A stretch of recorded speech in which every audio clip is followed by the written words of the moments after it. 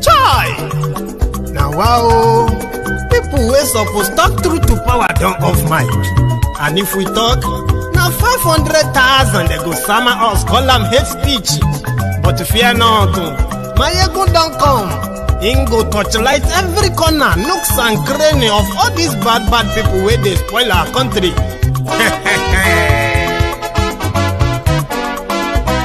So my people make we laugh, oh yo yo. Maiyegun don't come, oh yo yo. My people make we shout, oh yo yo. Maiyegun don't come, oh yo yo. Maiyegun don't come, man of the masses, oh yo yo. Maiyegun don't come, oh yo yo. Maiyegun Diary Politico, oh yo yo. Maiyegun don't come, oh yo yo. This one not the off in mind, oh yo yo. Maiyegun don't come, oh yo yo. Can in the touch like every corner, oh yo yo. Maiyegun don't come, oh yo yo. Okay, some people be they holla say they want the power. Chai, them be promise us say we go get light and power. Them hustle sote they can't get the power. But now they know they do anything with the power. Every day, dollar just they get the higher power over naira. See them talk say make we off mind, but thank God say Maiyegun don't come. So my people make you laugh, oh yo yo. Maiyegun don't come, oh yo yo. My people make we shout, oh yo yo. Maiyegun don't come, oh yo yo. Maiyegun don't come, man of the masses, oh yo yo. Maiyegun don't come, oh yo yo. Maiyegun Diary Politico, oh yo yo. Maiyegun don't come, oh yo yo. This one not they off in mind, oh yo yo. Maiyegun don't come, oh yo yo. Person where they do evil, no one make person talk. Them say that Maiyegun, that man too they talk. He too they talk. Say Maiyegun Diary, he they hot like pepper. But every day then they take money in bulk. Woman picking they the street they hawk. Still them talk say make we no talk. But thank God say Maiyegun don't come. So my people make you laugh, oh yo yo. Maiyegun don't come, oh yo yo. My people make you shout, oh yo yo. Maiyegun don't come, oh yo yo. Maiyegun don't come, man of the masses, oh yo yo. Maiyegun don't come, oh yo yo. Maiyegun Diary Politico, oh yo yo. Maiyegun don't come, oh yo yo. This man not the off in mind, oh yo yo. Maiyegun don't come, oh yo yo.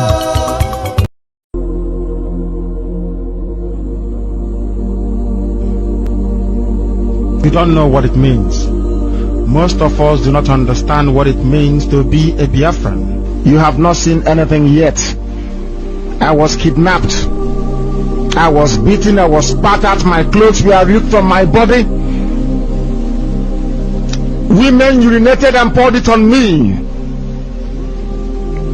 because of Biafra, so that they may humiliate me to such a point that I will not talk about Biafra anymore. They videoed me. Masop has a video of me where they were beating me, dragging me on the floor, tearing my clothes because I spoke the truth. That did not stop me from talking about Biafra. It did not stop me from taking Radio Biafra to Enugu.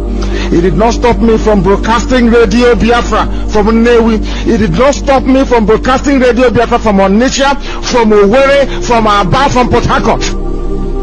I am resolute. I don't retreat. Never.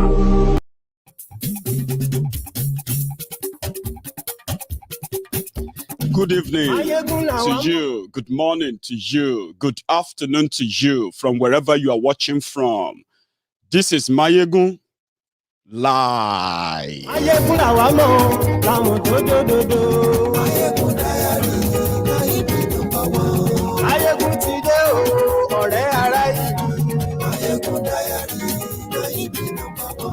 Lórí Facebook, lórí YouTube.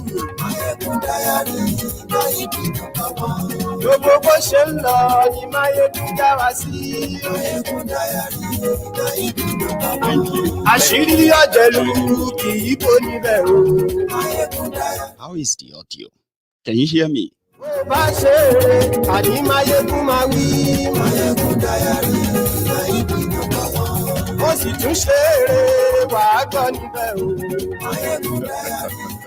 Yes, this is Maiyegun live. If you have read the caption of the broadcast, yeah, I mean, read it as you are sharing the broadcast. Read it. Assimilate it. So that when I begin to talk about them, right, you and I will be in sync of what this message is all about tonight. So share the broadcast. Tell everybody, Maiyegun today.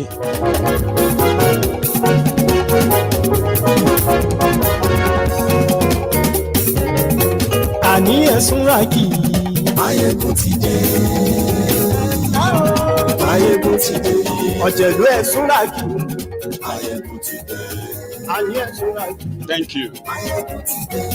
Lórí Facebook. Maiyegun today. Àní ẹ̀sùnràkì. Lórí YouTube. Maiyegun today. Àní ẹ̀sùnràkì.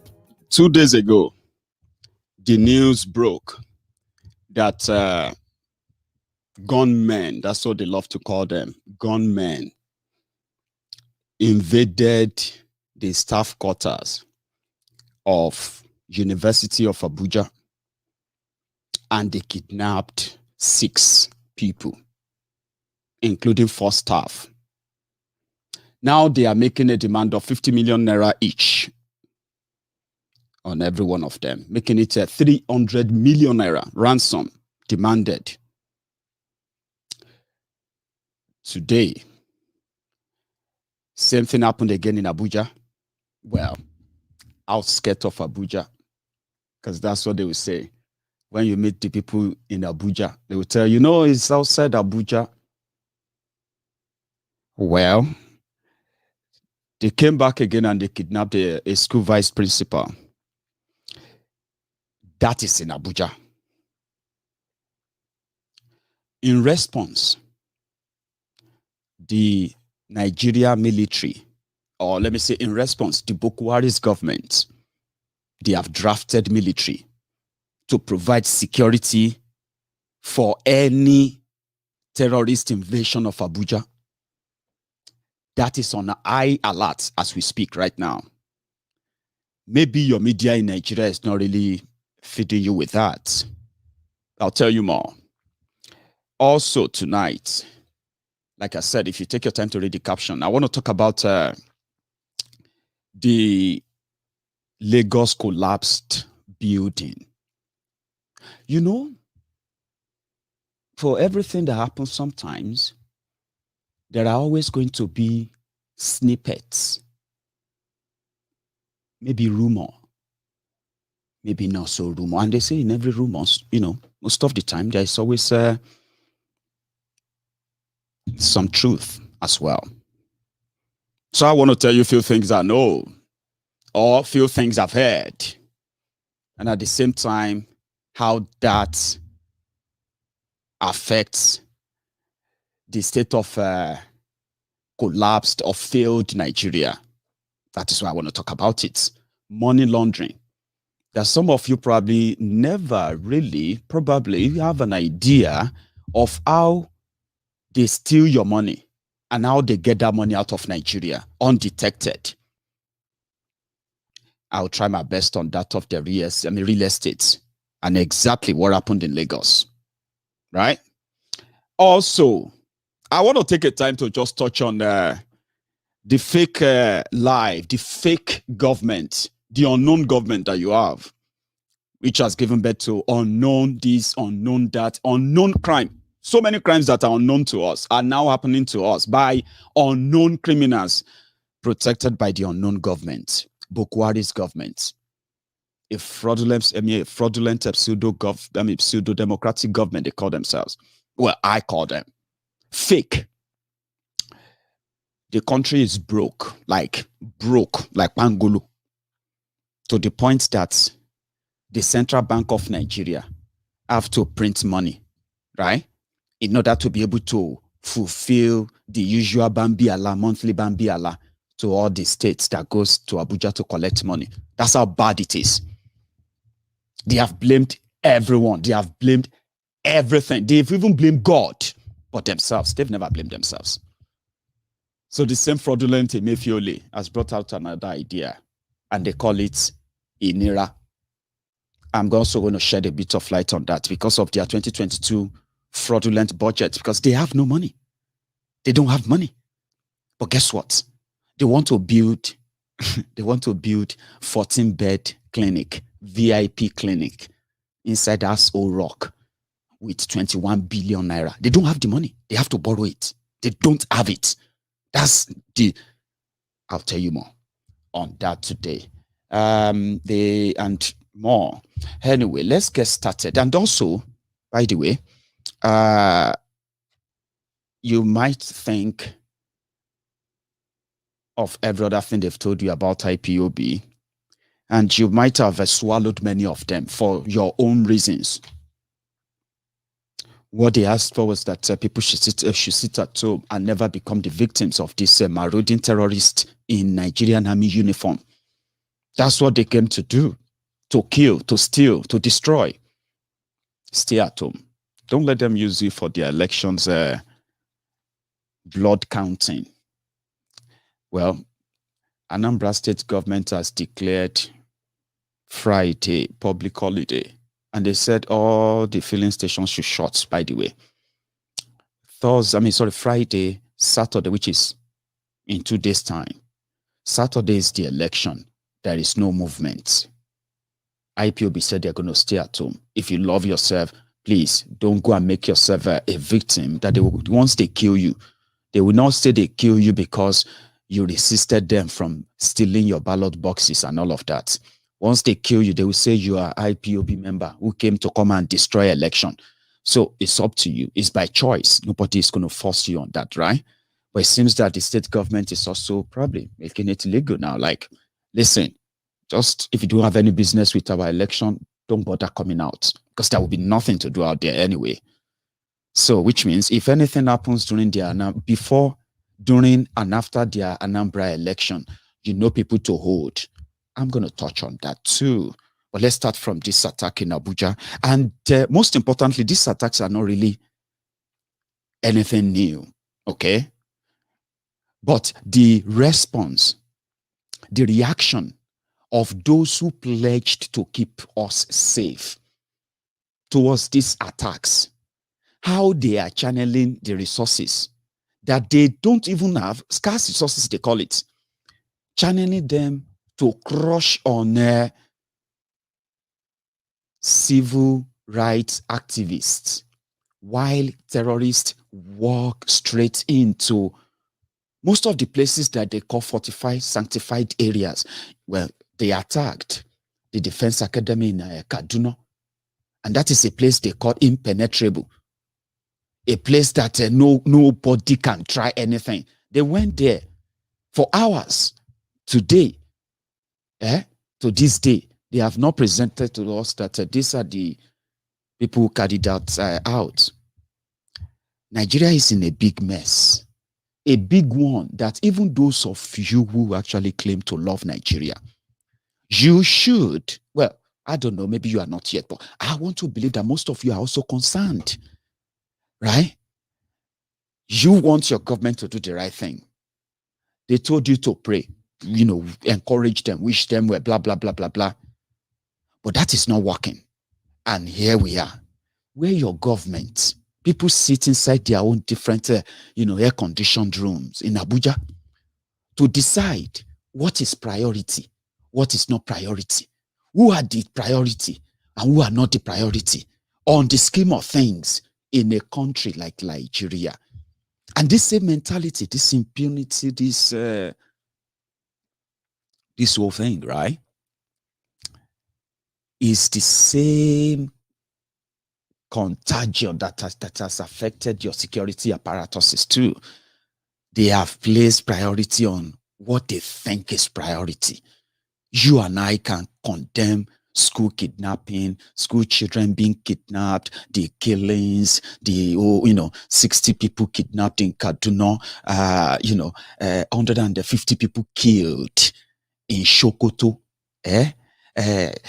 more than 80 people killed in Zamfara, yeah, more than 500 communities captured by terrorists, and they've raised their flag. They are collecting taxes there in Niger. And all these stories, they may sound so unbelievable to you. How can, you know? But when you look at the people who are supposed to really go after these terrorists, because you see all these casualties, they are human beings too, right? So the people who make the decision inside those cold rooms, those air-conditioned rooms in Abuja, who call themselves the decision makers, they know who and who are the priority. And in this regard, Boko Haram is not a priority. ISWAP is not a priority. Fulani terrorists, the fourth deadliest terrorist organization in the world, deadliest terrorist organization in the world, Fulani terrorists, they are not the priority of those who want to protect you. Yeah? But Nnamdi Kanu is a priority. IPOB is a priority. Sunday Adeyemo Igboho is a priority. Yoruba Nation campaigners are priority. If you group together and say you are banning open grazing, that is a security threat and it's a priority. If you set up your own security outfit as a region, as a government in every state, like they've done in southern Nigeria, that is a threat to them in northern Nigeria, and that is a priority, security priority. So everybody comes under surveillance, their surveillance, because when they meet, they have to discuss what is priority. You would expect them to make this northern Nigeria their priority, because that's the reason why they probably took, well, that was what we expected to be their reason for taking over power in Nigeria. But rather than for the northern Nigeria to at least breathe the fresh air of peace, it has been, you know what I'm talking about, endless bloodbath. In fact, it has quadrupled, if no more.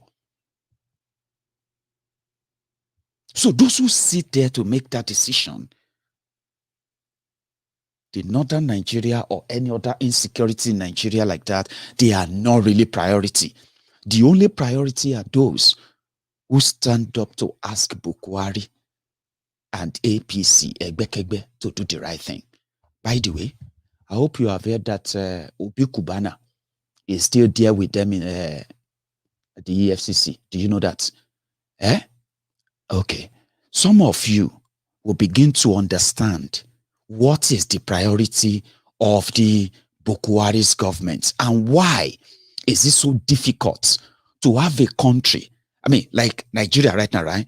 To have people who understand their differences, to have them come together and say, why can't we talk about these differences and peacefully part ways without any bloodshed?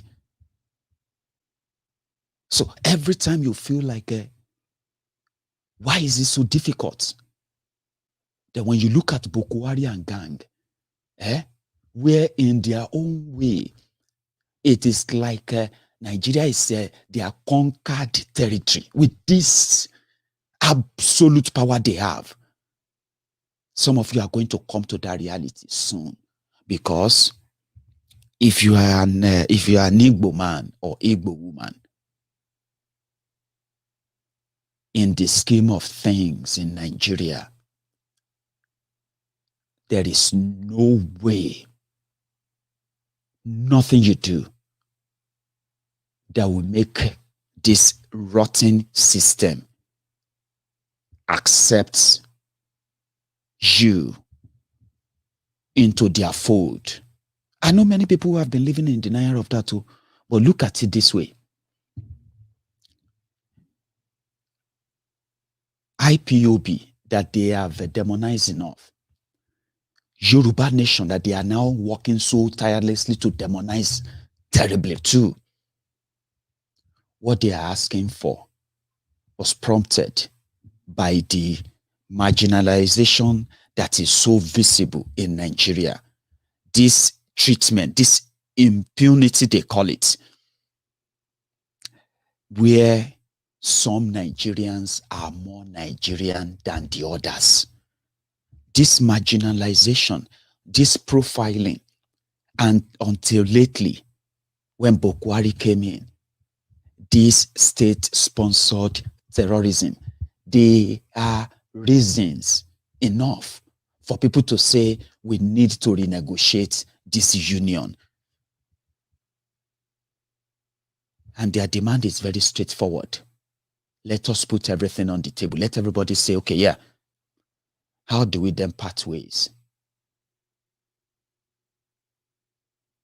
But they became the priority of those who have the weapons, who have the resources, who have the training, who have the, name it, to stop the insecurity in Nigeria.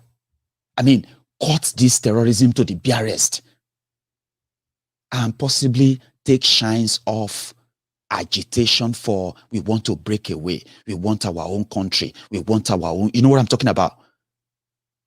Something that a system gives that makes you feel like, even if I don't support the breakup of Nigeria, for the fact that Buhari does not make the terrorists and the government of Nigeria by their deed, by their action, they never made this terrorist a priority. Therefore, we cannot die until we are tired of being killed. And then we kick both the government as well as their terrorist hirelings out of the place. And we don't even know how long that's going to be. So even if you don't like Nigeria to break up, but with the fact that you have seen enough that this bloodbath, these killings, doesn't really bother them. Rather, they are even contributing to the more bloodshed, like the genocide they are carrying out in Eastern Nigeria today, using their media to hoodwink millions from other parts of the country. Which means they have no intention of stopping the terrorism. They want you to learn how to live with it. That's enough for you to say, even if I don't support the breakup of Nigeria, there is no solution in sight. It's going to get worse.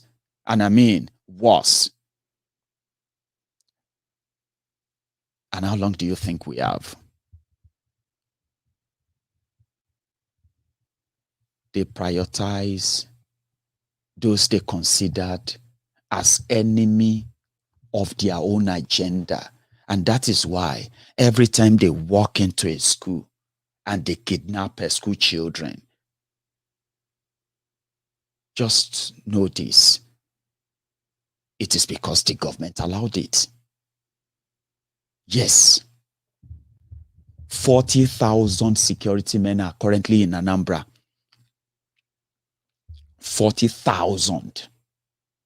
1, 2, 3, 4, 5, 6, 7, 8. 40,000 for election in Anambra. The total election, if they finally do the total genuine people that will come out and vote, all over Anambra, I bet they won't even be up to that 40,000. But don't worry, they will write their result, okay? You're going to see 600,000, 500,000, 800,000 for that one, and they will declare their winner. But security forces alone, over 40,000. So you think that is not deliberate. So Nigeria is at the mercy of the terrorists that they can do anything anywhere and get away with it.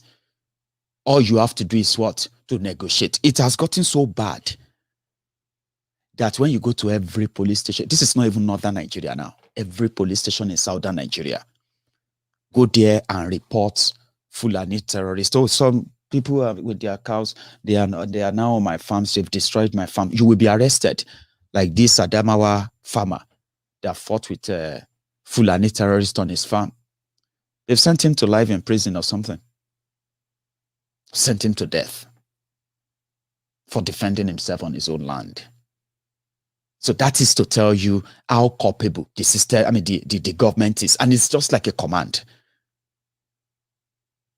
If you take any of these terrorists to any police station or any police post or what have you, don't push it. Because if you push it, after they release him, they will arrest you. Because their priority is all of you questioning those decisions. Even if more people are being killed, if more people are being kidnapped, if things are happening that are horrifying you, things that are making you feel like, what is this, and all of that. But to the people in government who are actually there at the theater of the whole thing, I bet it. Their priorities. Now the soldiers they sent to Enugu to go and kill people, bomb properties. They are denying them today. Now here is the danger of that. Okay, the danger is this: if your government says terrorists with what they have done, they deserve to be pardoned, especially if they apologize and they repent. Thank you so much, Joshua Okpala, for your super sticker, by the way. So when your government feels like killing people, kidnapping children, raping them, selling them off as sex slaves, then come back later with children and everything, and then you see you've surrendered, that means everything is forgiven, then they are going to rehabilitate you, and they're going to be calling that girl your wife. A system that already paved way for that.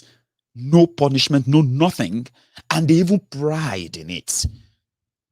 They have released over 8,000 active Boko Haram Fulani terrorists because they repented.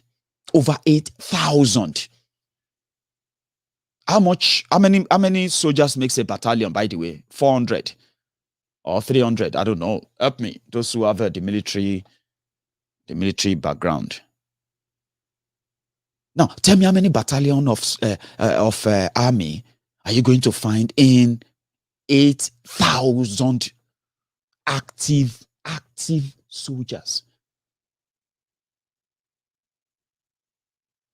And they continue to slaughter the Nigerian military, the Nigerian soldiers, Nigerian military agents. They continue to slaughter them. But they are not their priority. These guys have the capacity to shoot down a fighter jet, government fighter jet. They shot. More than 5 of them have been shot down already. This year alone, they've shot down 2.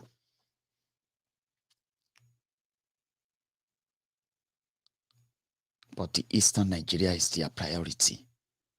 Shure and revolution now is their priority. NSAS young people who are asking for good governance are their priority.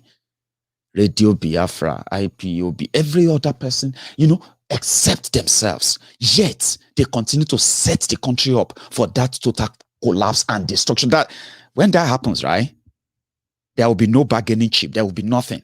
It will just be like yam, pepper, scatter, scatter. Everybody will just have to pick the crumbles for whatever comes out of it.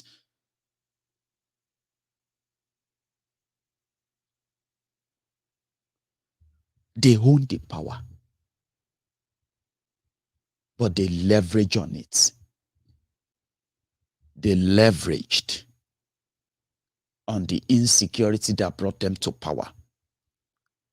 They now spread it all over the country as a general fear, which is a great tool to keep power in a lawless country like Nigeria. Dialogue doesn't sound anything right to them.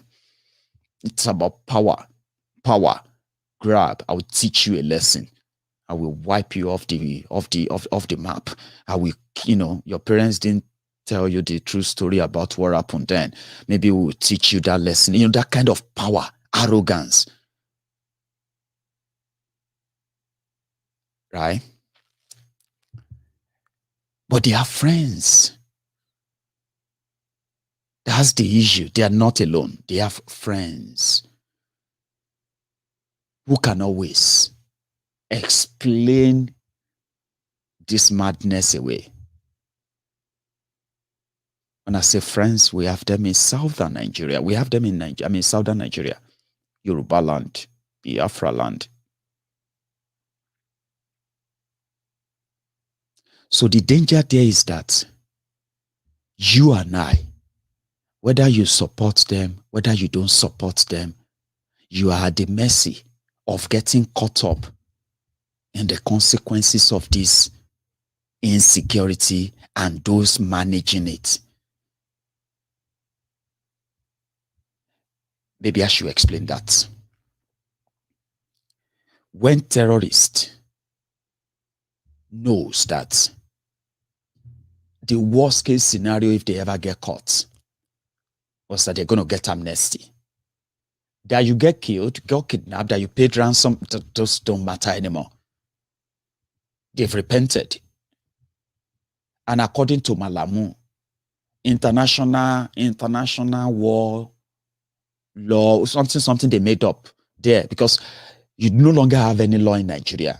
Whatever Malamu calls your law is now your law. According to them, they said, in the rule of war, that any soldier who submit the weapon, surrender the weapon, must be treated as prisoner of war, rehabilitated, and be given money, especially if he says he's sorry. That is the law they are using to free them in Nigeria. There's no law like that, but Malamu said that's your law, and that is it. Nobody has challenged it, ever. No court case challenging why is Nigeria freeing terrorists. There's no court case anywhere.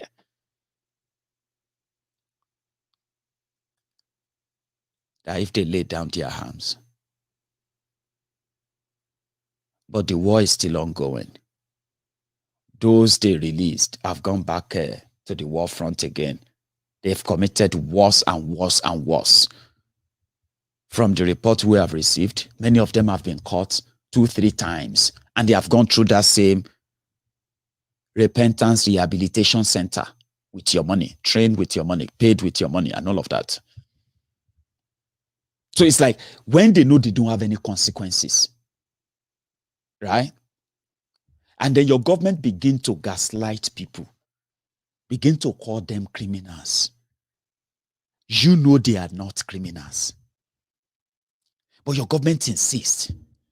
Oh, you don't know what they are planning. What they are planning is very terrible. They are this and that. And you haven't really seen that. In order for you to believe that, we mean it, they are dangerous. They created this whole insecurity. Then they now declare the state of emergency in eastern Nigeria. In fact, let me tell you something, right? They've declared the state of emergency in the entire southern Nigeria. Just like the same way they operate. They operate just systematically in a way. By the time they are going to turn up that of the southwest, now all of us go see them and witness it too.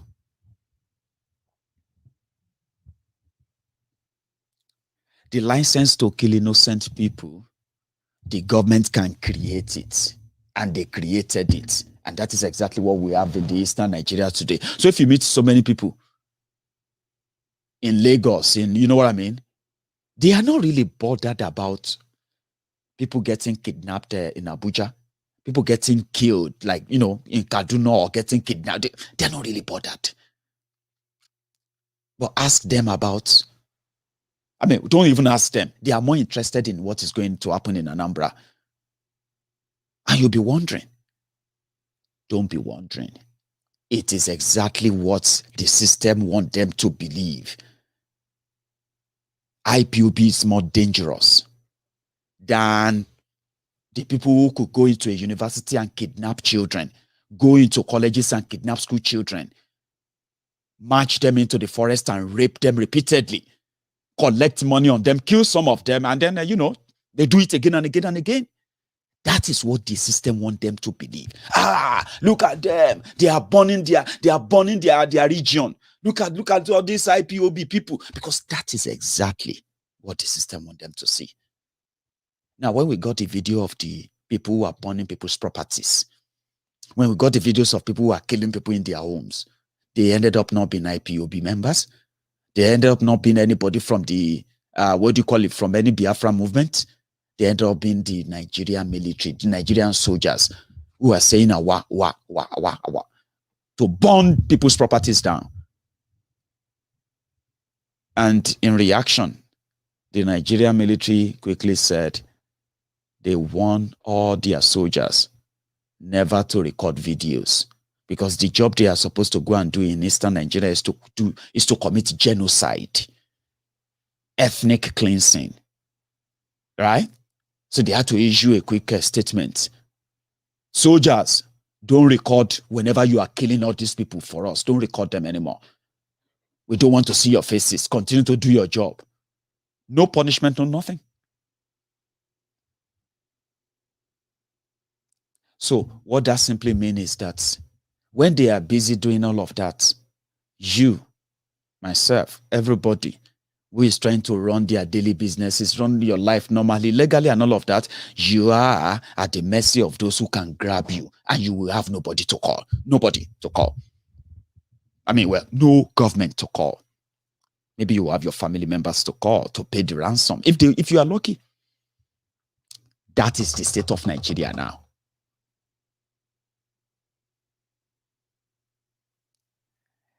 Not just that. Things that got people really, really, really disconnected with everything Nigeria. These guys destroyed everything beyond what you can even imagine. I'm going to tell you some of them because I love reminding people. And one thing people don't like is that they like you to talk about the problem. They don't want you to mention the names of those who actually created the problems. But I love doing both. Talk about the problem. Talk about those who created the problem. Those who benefited from it. Majority of them are your pastors, your mentors, your lecturer, your this, your that, your fathers, your mothers, your uncles, your aunties, and here and there, friends, cause, you know. And I think that is where some people really don't really find it comfortable with Maiyegun.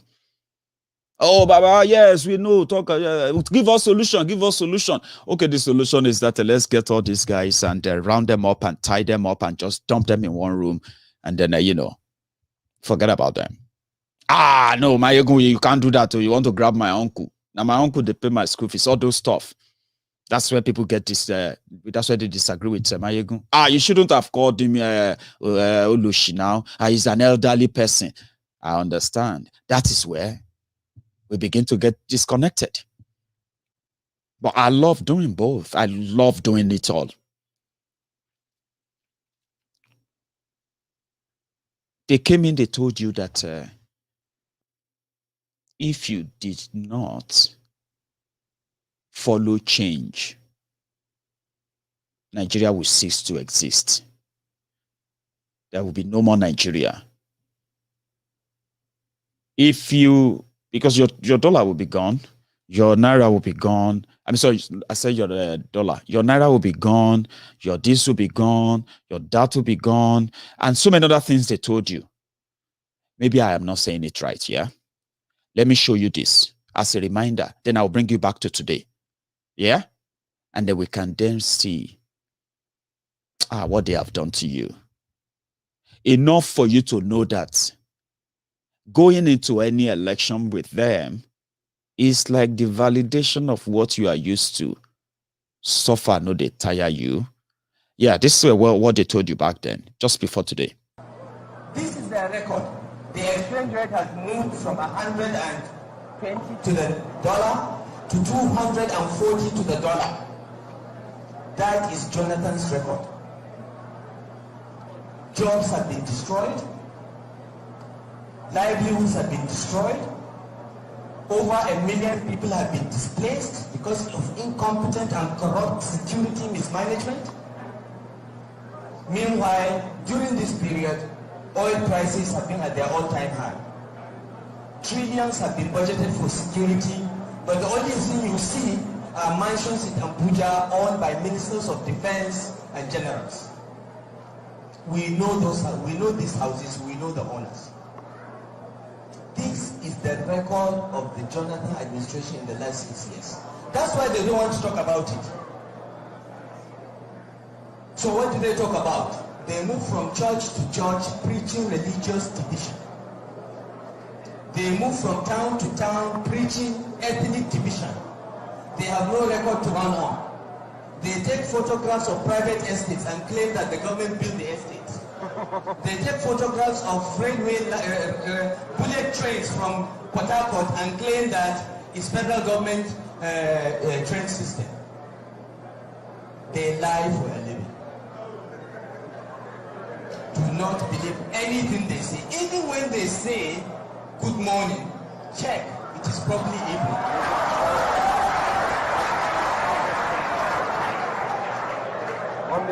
So do not be deceived.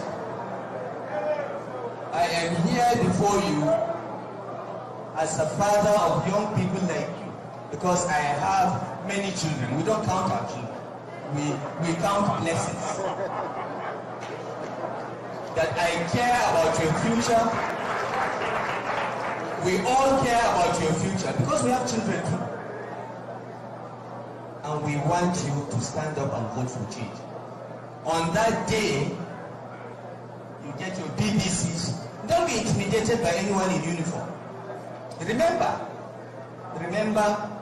a few weeks ago, we needed to get the help of Chad and Niger to chase Boko Haram. So don't let them scare you. They should not scare you.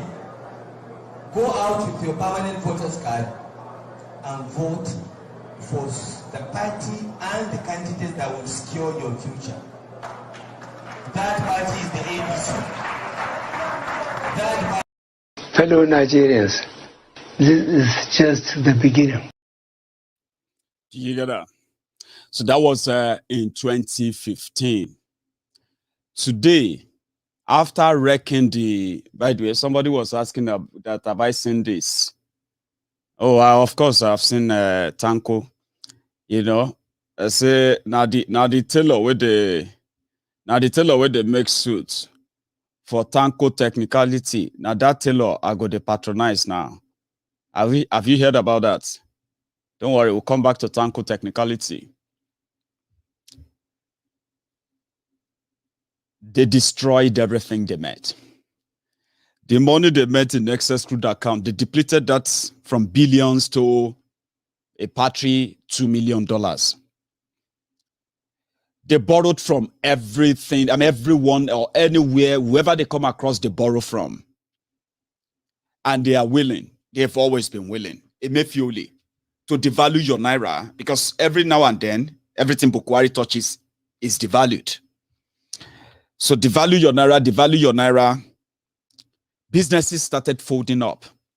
People started losing their jobs. So when they came in, they met about 13.5 million people unemployed. Today, that number has grown to over 35 million officially.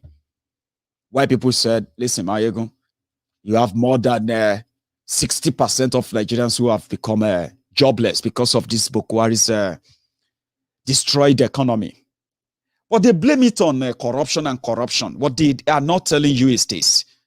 Their wastage, you know, the luxurious life that Bukwari and his family and the gang around him have come to realize that they could have, and they are having right now.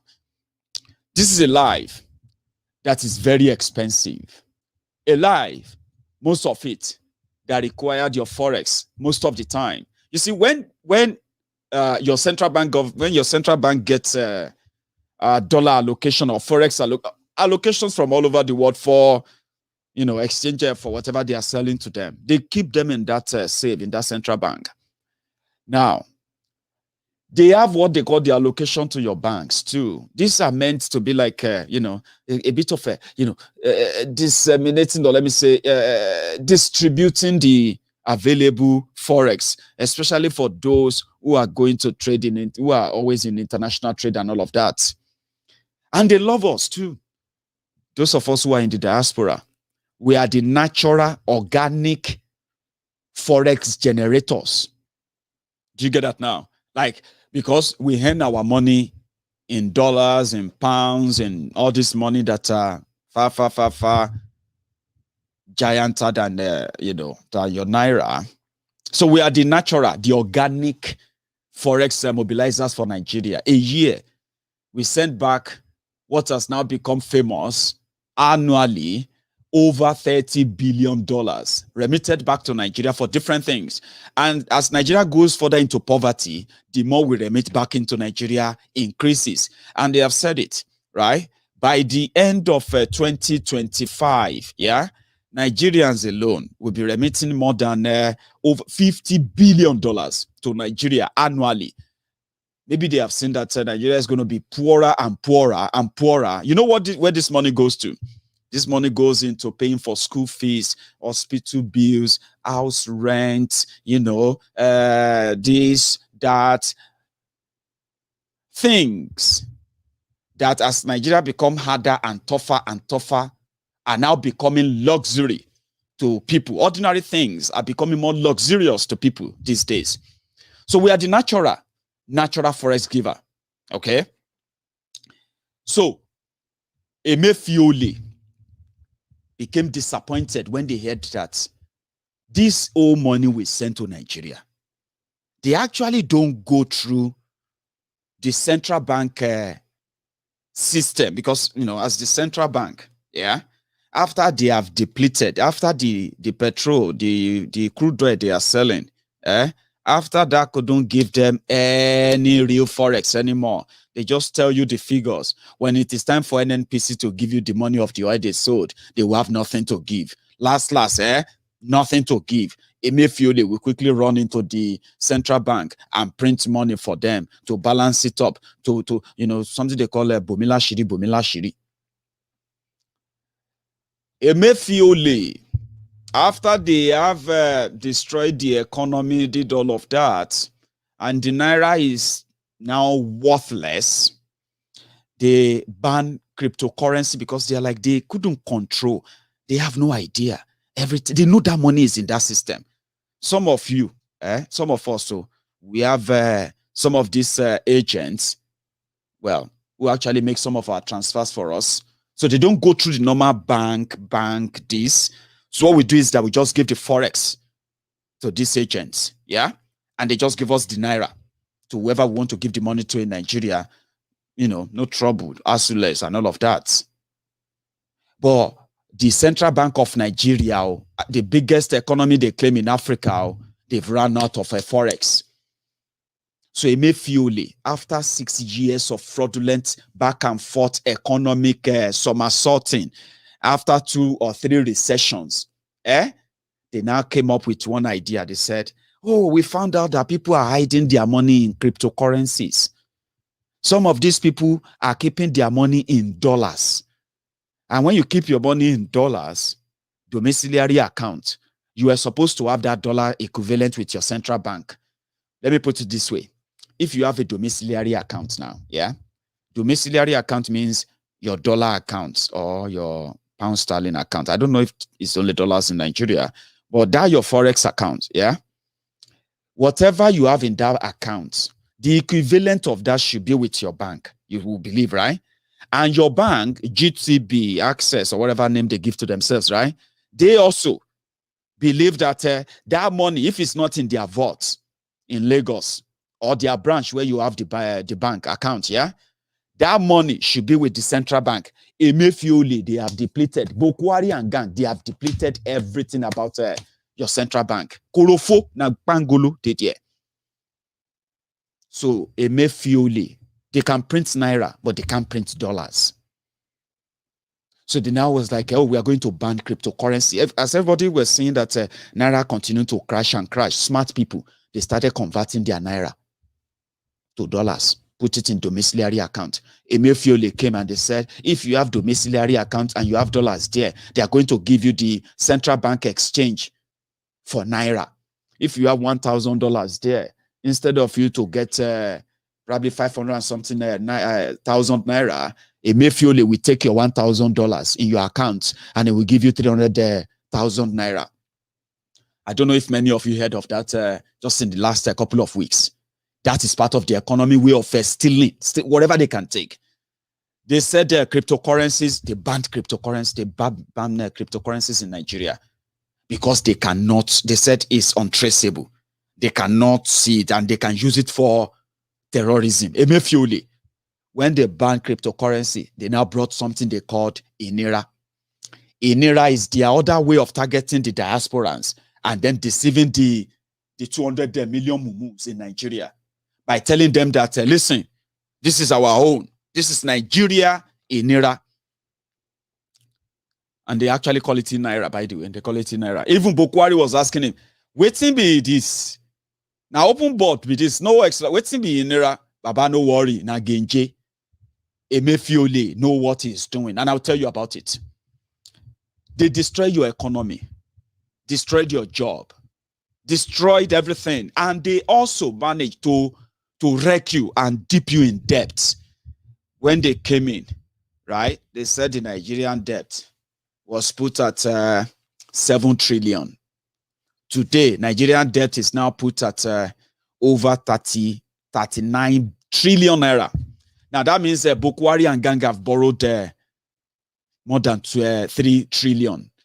It's not just Bokwari, by the way, including those with the governors that all those thieving criminals you call governors in Nigeria too. Everybody is borrowing because that is the only way they can sustain the lifestyle they have.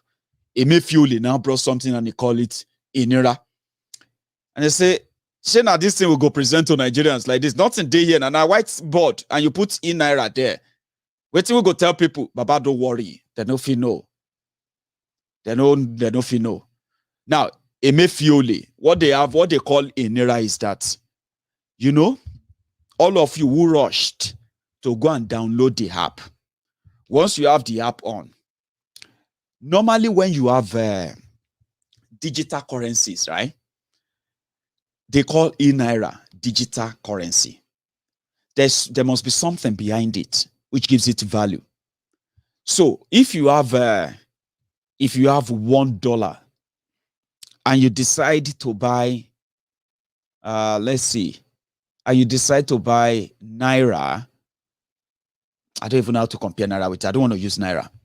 Let's say you have $100 and you have a Naira app. If to say na cryptocurrency you want to buy, they may tell you, I'm just using an example here, not the actual value. From your $100, they may tell you that the value of this coin, they have so many of them, okay? This coin, the value of it is $10. So if you have $100, that means you have a 10 of that value. So tomorrow, they may tell you that that same coin that you got for $10 is now worth, one of them is now worth $1,000. You got it for $10. So you got 10. You got 10 with your $100. In 3-4 months, they may tell you that that one coin is 1,000. That means your $100 has become $10,000. That's how they know the value of this. People don't know what is behind them. Do you get that now? Some will give you an idea. Oh, Baba, let me teach you cryptocurrency. Maiyegun, there is something behind. We use trade with. I understand. Me, I not be expert, so I don't want to confuse people. I am using my layman explanation here for you to know that when Emefiole brought a Naira, there is nothing behind it. 1 Naira is still 1 Naira. So if you have $100 and you buy $100 worth of Naira, Emefiole Bank will say that we change that your $100 on the Naira app. It will change to maybe 350,000 Naira. So it's like exchange, something you can do on any app. Yeah. But if you are smart, you will know that your $1,000, let's use $1,000 now. Your $1,000 that should give you something about 560,000 Naira. If you take your money through normal way where you send your money, it is not your fault that they destroyed the Naira, but they need your dollar, they need your pound sterling to build something so that they can say, look at it. We have over 10 million people all over the world. All their pound sterling, all their money, all their this, all their that. Whenever they need Naira, whatever exchange rate we give it to them. So they may wait tomorrow and say, you know what? What happened is that the last time you put your dollars there, when we were when we are changing the naira for you. Emefiole, nothing to back it. Not that because they have suddenly built electricity. Not because they have suddenly paid off their debt and the economy is booming. No. Emefiole can wake up tomorrow. When you check the exchange rate this night, it says 345,000. If you put 1,000, Emefiole can wake up tomorrow and say, no. You know what? Change that value on that app. Change it to 195 naira to $1. If you are lucky, say you still get some money there to take your dollar out, you go rush. And that is why they said they are not to be blamed. If you put your money there and you see the exchange rate and you say, oh boy, and you won't take the money out, story begin. Nigeria happened to your money. No blame them. It's not them. Now you know no reason and well. Because there's nothing to back the naira. It is just like a exchange rate app. Something Google can do. You go on Google now, yeah? And you say $1,000 to naira. Google will convert it for you. If you call your African shop and you say, hello, Mama Embassy. That's the person I love in Glasgow. Yeah, embassy, African embassy in Glasgow. Mama Embassy, I call her Iyalaje. Iyalaje, Eloniche, how much is your exchange rate today? Maiyegun, 790 naira. Okay. So tell me, how much is it going to be if you want to do this? Okay, I'll get back to you, Maiyegun.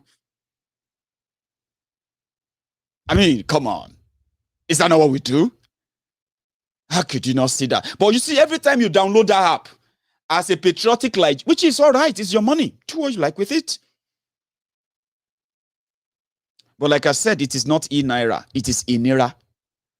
E-naira Nigeria is what prompted them to bring out that scheme. And many of you are going to fall into that trap. You're already in it. Some of you already, I don't know if you're already, are you trading? Emefiole now said, you can use e-naira to trade with other currencies.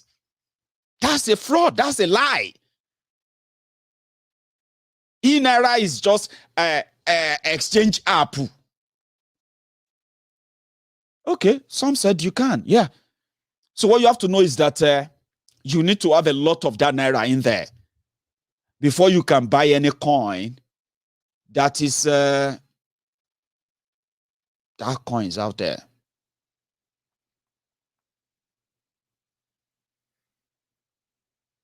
But I am saying this not because I can save you from not doing it anyway. Because some of you, even though you left Nigeria, Nigeria did not leave you. And you are the real targets. And I say, good luck. Good luck with that.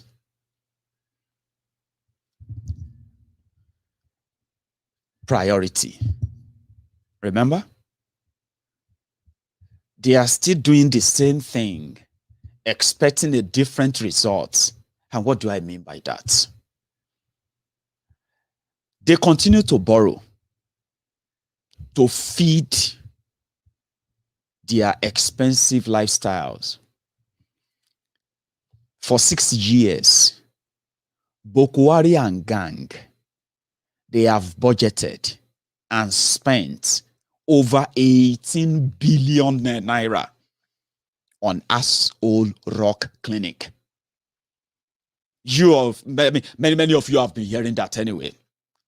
5 billion, 3.8 billion, Asshole Rock Clinic, Asshole Rock Kitchen, Asshole Rock table tennis, Bokwari's pole, Ikene Shatabandu's apron as a cleaner, and every other thing they put together. Billions.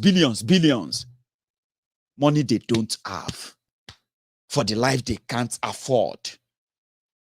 Over the people that are suffering enough and smiling too, unfortunately. Yeah? They want to spend over 52 billion naira to make Bokwari and gang comfortable. They want to spend 21 billion of that money to build a 14-bed clinic with 21 billion naira. Come on, man. It is deliberate. They don't care. We can talk and talk, they don't care. But the money will come from those who will borrow them the money and tell them to go and devalue your naira. Every time they devalue your naira, and you go out there and you say, hey, a gas, 10 kg. How much do you buy? 25 kg of gas. It's now 10,000 naira. Hey, way. I say, naira don't crash again. No, wala don't come. You say, Baba, forget it. Your waiting concern us, concern dollar. And naira will spend. Then you go to the market. They say 3 tomatoes, eh? They say 3 tomatoes are 1,000 naira. You're like, hey, some people were telling me, they said, Maiyegun, these days, if you see people coming back from the market, they are always angry. If you see people that are coming from market, they come from market these days with kind of frown face, women. And you know, women love cooking enough that if they want to take care of the family and they have to go out there and then do all the purchasing and all of that, I mean, when they really do, because, you know, and they realize that, oh boy, the money I brought to market today, Chineke, they won't smile. Somebody told me that. So every time your politician says, no, they mind them. Every time they will be shouting dollar. Are you spending dollar? Of course you are not spending dollars. Your politicians are spending the dollars. For them to access that dollar, they need to devalue your naira. When they say devalue, it simply means before they borrow them money, since you don't have anything to give, they cannot give you that money at the rate you want to sell your naira to them. For example, somebody wants to borrow you $100 million now. You can't go there and say, I'm going to take each dollar for 200 naira. You decrease. They will be the one to tell you how much they are going to give it to you for. And when they say go and devalue your currency, it's because they have businesses in that country that will be transacting businesses, and they will need to be using that same dollars to transact the business with you. And they can't be exchanging, which kind of insult? Giant for nothing. Crippled giant of Africa. You can't give conditions. They give conditions for patrimony that some of them are stealing from you, willfully. No consequence or consequences. That's what they do.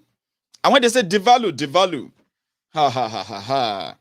ask those who are struggling to keep your country running to still make sure that you have access to every normal supply.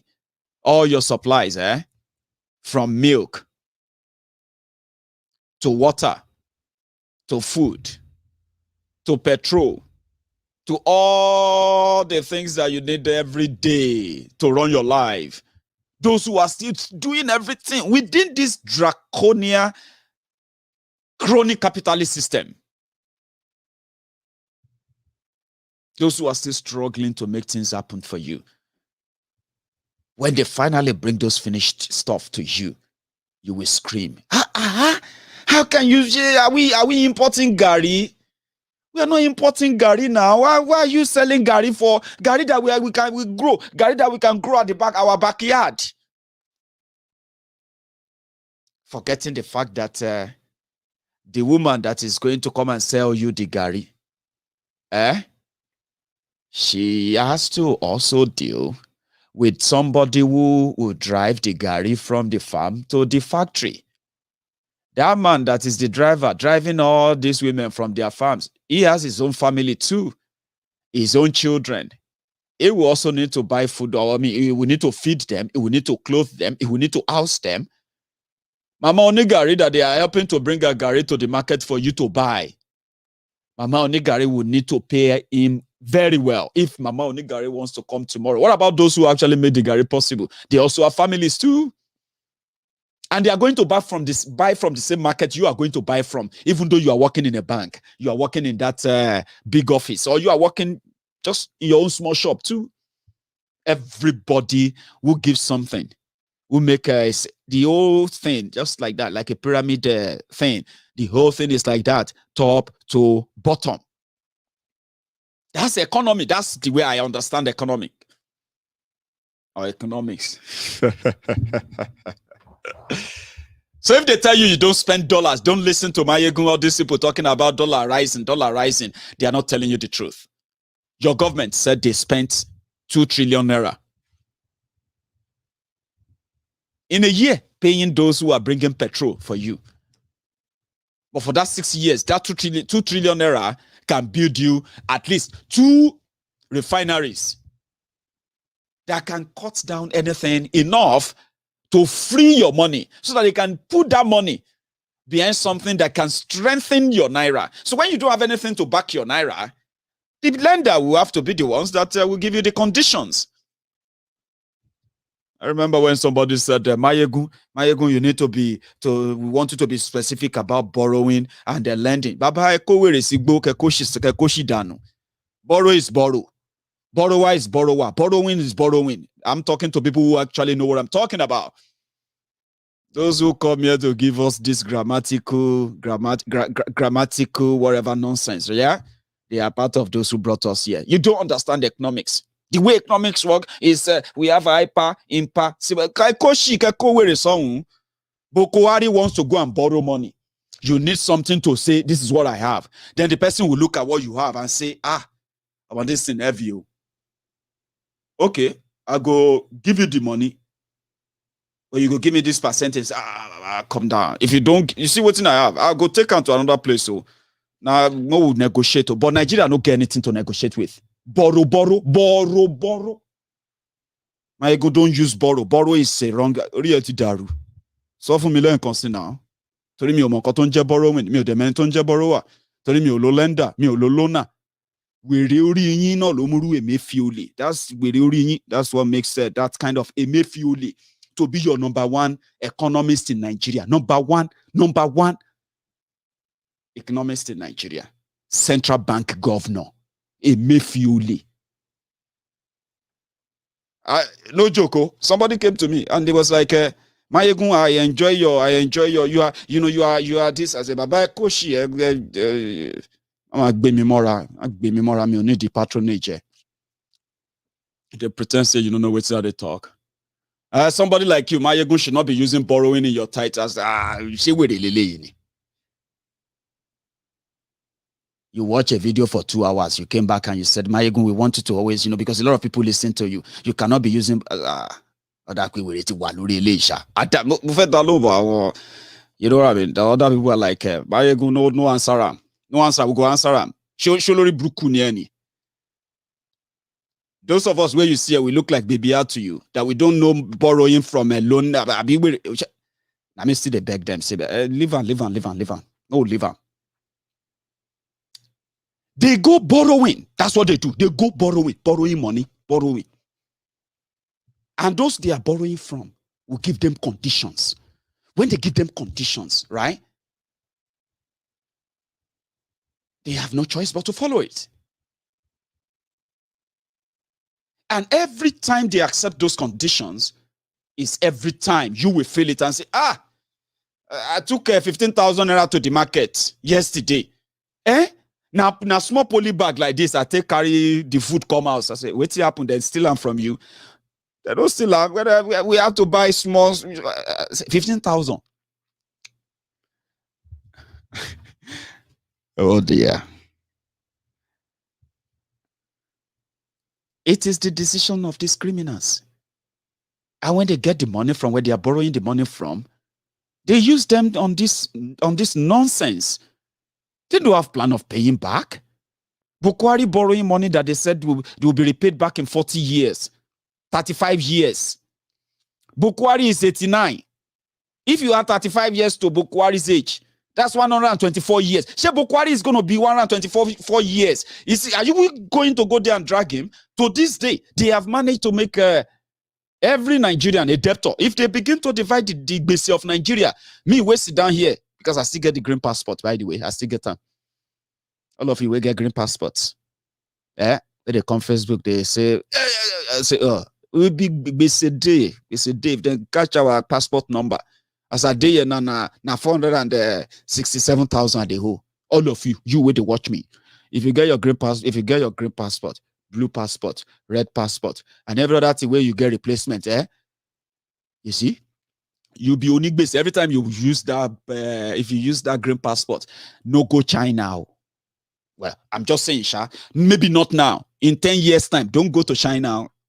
Some of you now from plane, I could just say, Mr. Adekunle Adejola, this way. Say, no, I'm going back to New York. No, you are not going back to New York. You are a collateral from the loan that Nigeria borrowed 18 years ago.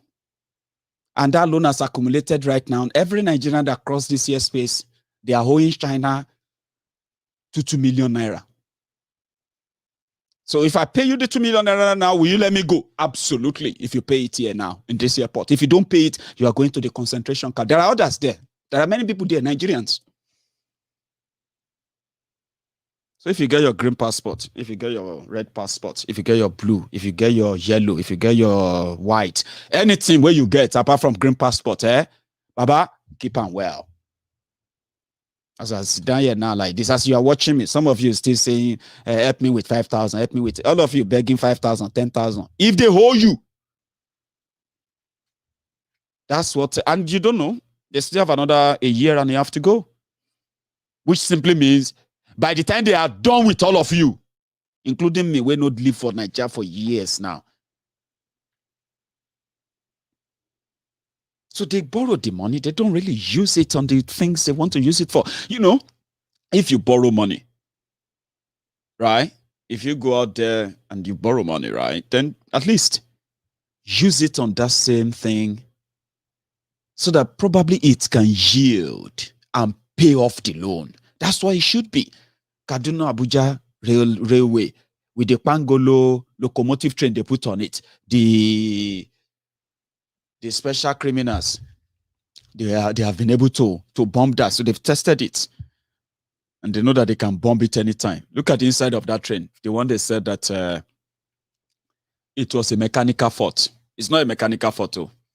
This is that Abuja train that they shot at after they tried to stop it, to hijack it. But it failed. Because it failed, the Nigerian government said it's just was a mechanical nonsense, you know. That railway should be paying back the loan that they borrow from China and everywhere. The one from Lagos Ibadan railway now, that too should be paying back the loan. But with the insecurity you have now, last Nigeria won't pay. And all of you, where they don't go China, don't try to, if they tell you, say they go Singapore, and they say part of that, they go past China. No go. Just tell them in 10 years' time, tell your children, I want to go and study in China. If they are going to concentration camp from the base in Nigeria. Now, they said China just gave them another 60 truck armored personnel carrier. Yeah? Now, if they use those armored tanks, right? If they use them on terrorists, you know, if they cut down the terrorists and people are able to go back to their homes, people are able to begin to work. That means they'll begin to pay taxes. Government will begin to make more money. Economy will begin to come back to life, and they can pay back the loan. But they got weapons from China. They sent them over to. They didn't send them to Niger. They didn't send them to Zamfara. They didn't send them to Katsina, where Boko Haram comes from. They didn't send them to Kaduna, not to Adamawa, Borno. No. They are keeping some of them somewhere now for the Boko Haram to come and get them. The remaining ones, they have sent them to Eastern Nigeria looking for IPOB. So the terrorists are growing, kidnapping, making more money and more money. China go the express, say, you pay back. Now, you won't pay. Boko Haram has no intention of paying. He's already begging people for forgiveness. Please forgive us. Please forgive us. Debt forgiveness. So the way that is still borrowing, is begging people to forgive them.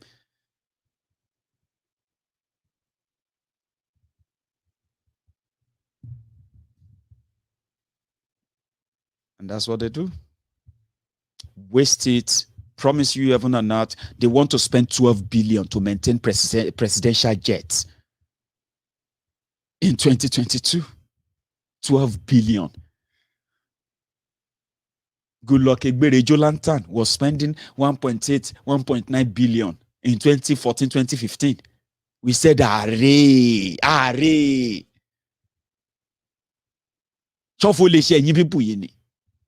didn't know that the Olori Mafia, Agbewiri, Boko Haram and gang are coming.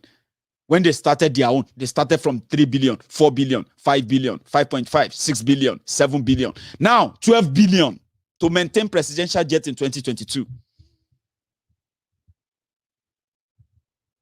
And they are going to borrow the money. They are not borrowing the money to improve electricity. They're not borrowing the money to improve infrastructure. No. And it's a shame. When they now loot all this money, to launder the money back to where they borrow it from, they invest it in real estate, hotel business. They invest them everywhere that will look like it is clean. It's not clean. Do you think when they steal your money, they just put them in a bag and load them on the plane and they just fly away to go and save the money somewhere? Of course not. Come on. Money laundering if you look at the Lagos real estate business, you will realize that these things are unreal. You will see ridiculous prices on houses that you'll be like, what the heck? Is this? I don't know why, but they get away with it, including ridiculous substandard constructions. It's a big scam market because it is controlled, especially that of Lagos. So it is controlled by the same Lagos mafias. But they are burning themselves. So they don't pick anyone randomly. Somebody said that guy don't they build us for South Africa. He don't they build us for London. He don't they like, shut up, Jerry. Tinubu no live for London. Did they not tell you that Bobo Chicago was a former director in Shena Shell, Abina Mobile, Abiwhere? They tell you say Tinubu work. Somebody will be director for Shell, director for this and that, but is a convicted drug runner in Chicago. But in Nigeria, he's a former mobile director. That's Steve Numbu, former mobile director. I mean, former finance director, blah, blah, blah, in this and that. But in the same America, he's a convicted drug runner. I'm not making it up, it's out there. That's why they call him Bobo Chicago. Well, because I'm saying this right now, some people right there will be like, they're supposed to slap this boy. Come and slap me now. Lori boo. And you see, one thing about them in Nigeria is that not everyone really cares when they know that you are actually part of the rotten system that is called Nigeria. They don't care. If you're generous enough, which they all are. They are very generous. They give money, they attend parties, they organize parties, they donate money to churches, they go to mosques, they rebuild mosques for them, they attend this and that, things that makes them feel like, they are part of them. So when you talk about them, the same mumus who are the victims, the blind mumus who are the victims of their fraud, money laundering within a system they created themselves. What happened to the low-cost housing estate they promised you in Lagos State, in Yoruba land? Yorubas deserve to live in better houses. The people deserve to live in cheaper, better houses, befitting houses. They won't build that. But in order to launder all their money, they pick those in different businesses where they want to claim their money. Real estate in Lagos State is one of them. Ridiculous prices for worthless properties. You go to Lagos, you see properties in that they are Ikoyi. Houses built on a sand-filled drainages, gullies, sand-filled creeks, and you'll be hearing That house there, now 1.6 billion. That house there, now 1.3 million, a billion. That one there. And you then look around the whole world and you see these lovely, lovely areas and these very, very fancy places all over the world. And you compare the price and you see that Lagos, you're like, this is a scam they want to put on paper because that's how they launder their money. That house, they said, fell in Lagos. They have told us that if we dig further, we are going to see the hand of Ikene Shatabandu, fake Pastor Ruga, Agbowori Babaoja. The man seems to have invested his own money in that block of flats too. You will see the hand of the Ekute Bodilon, Tifnumbu, the Jaga bandit, the Jaga Were, the Jaga addict, the Asiwaju Awon Agbero, Asiwaju Awon Ole of Lagos. You will see the hand of Fashola himself. Every one of them who has managed to dip their hands in the till of Lagos, they all have that, they are part of that investment, guys. That's a building they wanted to sell an apartment for $1.2 million in Lagos. It was meant to be a big thing. They gave an approval that the person should build a 15-story building. 15. They are building 15-story building in a gully. And the guy is a house builder. So everybody, they are already celebrating. Like, it's already a celebrity center. You know what? Once they have made it, as they have made it so loud, you see, it will be easier then to just say, oh, we made 5-point-something billion from this. So whatever money they have stolen from you, from Lagos, from everywhere, they can claim that money through that company. Look at that investment. It's a very huge one. But it was a substandard one. Nothing fake really lasts. And we feel so sorry for those who lost their lives in that place, because 15-story building was what they approved for him. But because they have the power and he was feeling so good, it was like everybody want to live there. People, they go there, they take pictures. Politicians, celebrities, and so many other people who move money for politicians, they are sending their proxies there to go and look at the place. Once they finish it, we're just going to pretend to buy this. Okay? That is how we're going to get our whole money out of Nigeria. You know what? Once you buy it, the company takes the money, and then the company helps you find somebody to sell it, or if they don't sell it, just leave it there. They can help us move the rest of the money to our offshore accounts. Money laundering.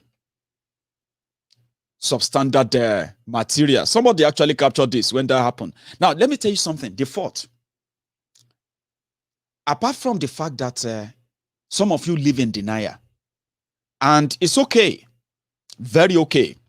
If living in denial makes you feel comfortable, fine. I don't judge. I don't like to judge people, okay? But I like to tell people the truth. Living in denial will not make something that you know is happening to go away. It won't go away. I keep telling you. Lagos, that they always use as an example of what Nigeria should be, or what leadership should be. It's a serious mess that some of you living in this denial will possibly, maybe, one day come to term and stop living in that false reality. Lagos State is a mega slum. I said that with all sense of honesty. It's been almost 2 days now that the house collapsed in Lagos. Corruption is one of the reasons why that building collapsed. Corruption. Now, still on corruption, that is why some of the victims have never been rescued. And some of them died. They're going to carry them out of that building dead. A state they called mega city with no, with no timely response and evacuation team. When a house collapses, you would probably expect that in an area like Lagos, it won't take long before they move in machinery. Lagos now, come on. To move in machinery that would dig people out of the rumble. But since house done, they collapse for Lagos. Now people they use hand, they dig people out. Now those who are lucky made it out alive, and they continue to do Thanksgiving afterward, because after that nobody hear anything about them anymore. People will be using hands, their bare hands, to dig out. This was like an hour after the house collapsed, and they said the developer was in the house. It hasn't been confirmed yet. A lot of things going on, and again, we sympathize with the victims, and we pray that their families, you would have the fortitude to really bear that loss. It's sudden, it's surprising, but it's preventable. Only if those who are responsible for such did their job. But again, because it is politics, right? I'm coming back. Being the pillar, and this phone, see pillar. Ah, almost 1 hour this thing happen now. No escalator, nothing. And they are saying they are in traffic. There are many mopo inside this building. The supervisor, the engineer, they are also there.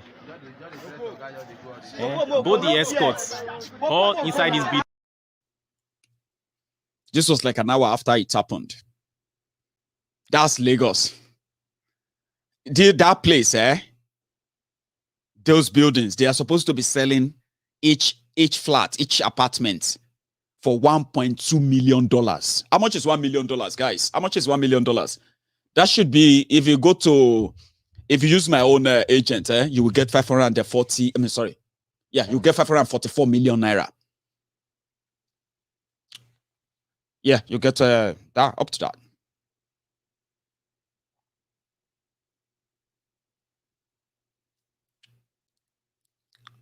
And people were there, including supervisor and the rest of them, trapped.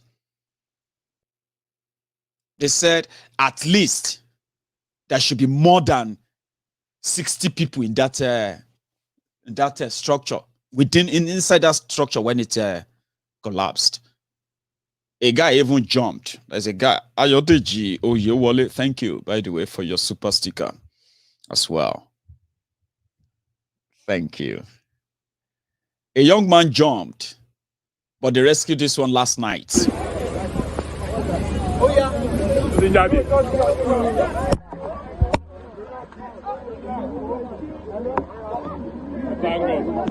Oh, yeah, bring him out. Head up. Hello, move away from there, okay?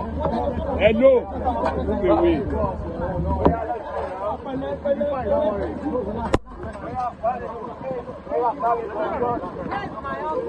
My friend, move away from there.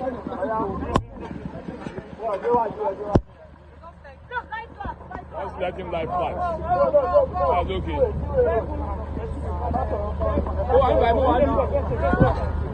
Any kid you go?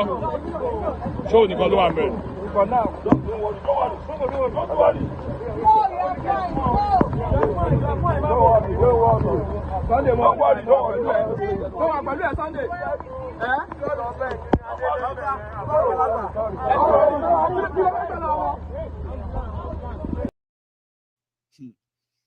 So Sunday escaped and survived that and today they said that the numbers of dead people from that site has now increased to 22 in this country, right? First, they will initiate an immediate investigation into that. Into that. Also, investigative journalists will begin to say, who are those, the financiers, the investors? And that's where you're going to see where those who are stealing your money, how they became pars. And that can always go through any front. That man in a big busy rich man is this and that. Baba, keep that to yourself. Didn't many of you said Chief Numbu was a former director or former this and that in Mobile?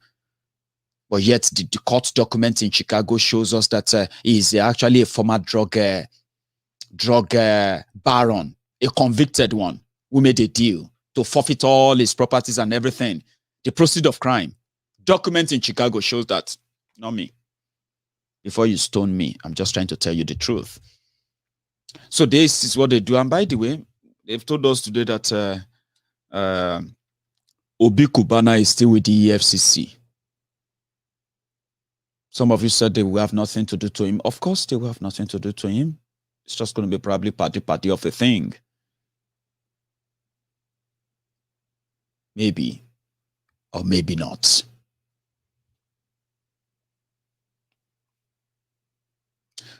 But when you bring everything down, so how does this affect me? How does this affect you?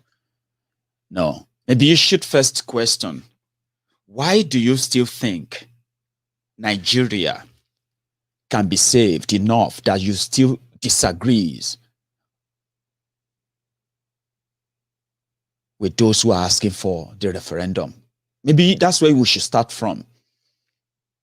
How does all of this concerns you? A lot of ways.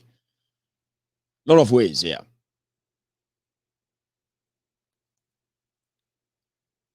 But the first thing you should ask yourself is, why do you still feel like breaking up of Nigeria or having a conversation around that is wrong? If you get the answer, you probably get to know if all I've said so far by any chance affects you or not. The IPOB, by the way, this is just an announcement, okay? They have said that they are going to sit at home from Friday, I think. Friday, 5 days sit at home. If they don't release Mazi Nnamdi Kanu before the Anambra election, they are likely not going to do that, right? So which means they have chosen the peaceful way to send out their message. They are not voting. They are staying at home. If anything happens within this period, right, they are going to tell you to blame them. Of course, they're going to tell you to blame them. But don't forget the fact that they have distanced themselves from your election. They have distanced themselves.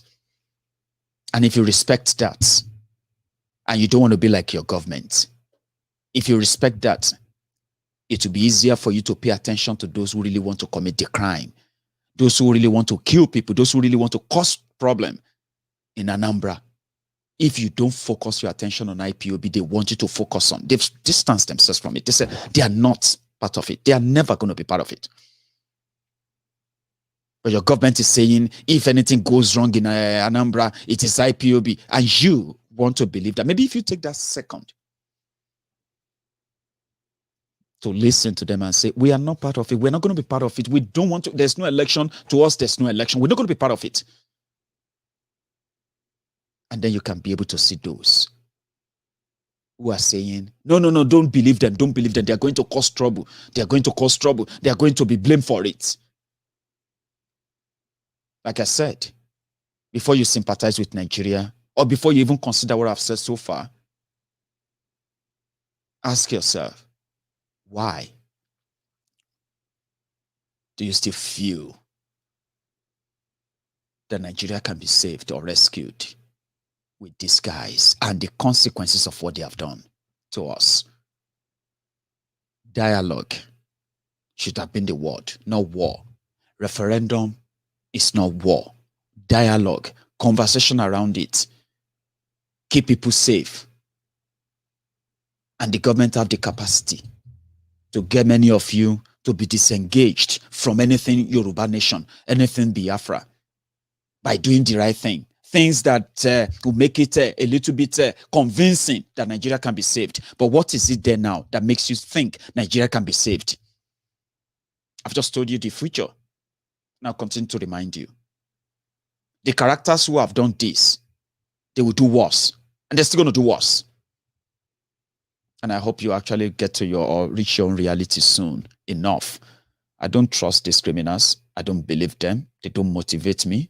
Don't see them as anything other than criminals that they are. And I hope you get to that point too. And you will join us to ask them and say, referendum is not war. If you want to save Nigeria, break it up. If you want to save the people, break it up. Peaceful negotiation and conversation around this should not warrant anyone or any government rolling out a tank, burning people's properties, burning people alive, kidnapping and arresting people en masse Those things don't get people tired. It radicalizes them. Dialogue, not war, is what they ask for. The people protecting terrorists, yeah, and then jailing activists, they are not asking for peace. They want war. We don't want war. We want peace. But they say, if you want peace, you have to prepare for war. I'm going to draw the curtains here. My friends on YouTube, before you go, tap that like button. If you don't like what I've said so far, tap that thumb down button, okay? And to my friends on Facebook, trust me, some of you have been seeing recently that Facebook will just say, we are removing any abusive comments. No joke. If you have a chance of, if you have had a chance of commenting on my Facebook broadcast, well done. Go on to, if you don't have a Gmail account, it is like opening any email account. Go and open Gmail account. When you open Gmail, you have an email, and you can go on to YouTube and you can subscribe to Maiyegun's Diary Politico. You can set your notification on, and when Facebook will not let you comment, YouTube is superb. Try it. I'll see you some other time. To everybody there out there, again, if you're just joining us, you can watch this from the beginning again. And if you started with me from the beginning, I'm going to see you again tomorrow. Until then, stay safe and good night.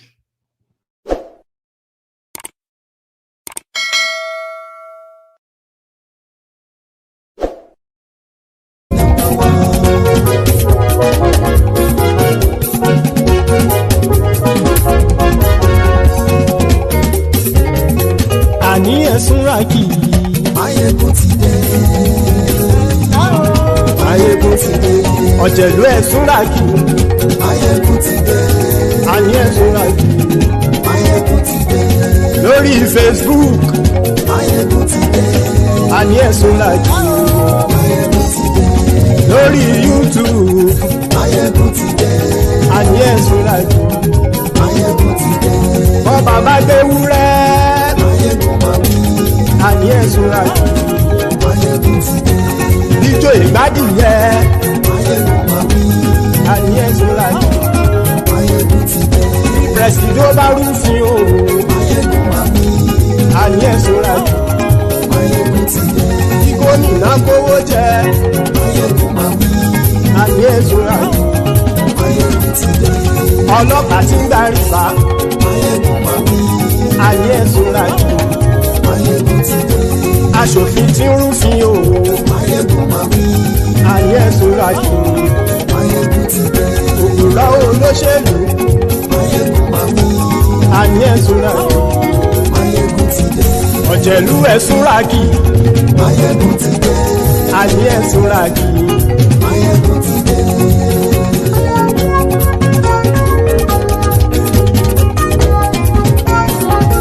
Maiyegun ti dé. Gbogbo Ọ̀jẹ̀lú Ẹ̀súnràkì. Maiyegun ti dé. Gbogbo Ọ̀jẹ̀lú Ẹ̀súnràkì. Ṣùgbọ́n ní bá ti ṣe èyí tó yẹ kí wọ́n ṣe, ọmọ bá dèrò ní fi wọ́n níran o. Maiyegun ti dé. Gbogbo Ọ̀jẹ̀lú Ẹ̀súnràkì. Maiyegun ti dé. Gbogbo Ọ̀jẹ̀lú Ẹ̀súnràkì. Ṣùgbọ́n ní bá ti ṣe èyí tó yẹ kí wọ́n ṣe, ọmọ bá dèrò ní fi wọ́n níran. Wọ́n fowó bẹ́ẹ̀ o. Maiyegun ó sọ pé wọ́n ò fẹ́ bẹ́ẹ̀. Wọ́n fowó bẹ́ẹ̀. Maiyegun ó sọ pé wọ́n ò fẹ́ bẹ́ẹ̀. Oníkan ṣáàtì ṣe èyí tó yẹ kí wọ́n ṣe fáwọn ará ìlú tó gbé wọn débẹ̀ o. Maiyegun ti dé. Gbogbo Ọ̀jẹ̀lú Ẹ̀súnràkì. Maiyegun ti